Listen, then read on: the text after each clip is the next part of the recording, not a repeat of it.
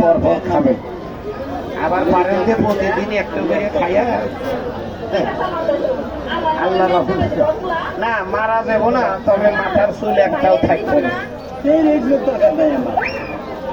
আমার মেয়ে আমার পোলা, আমি মেয়েরা দিলি তোমার কিছু লেগে দিয়েছি।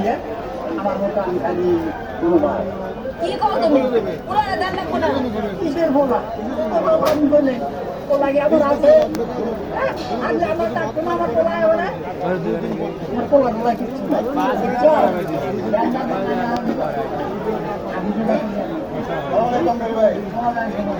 কি বিষয় আসতে বলছেন?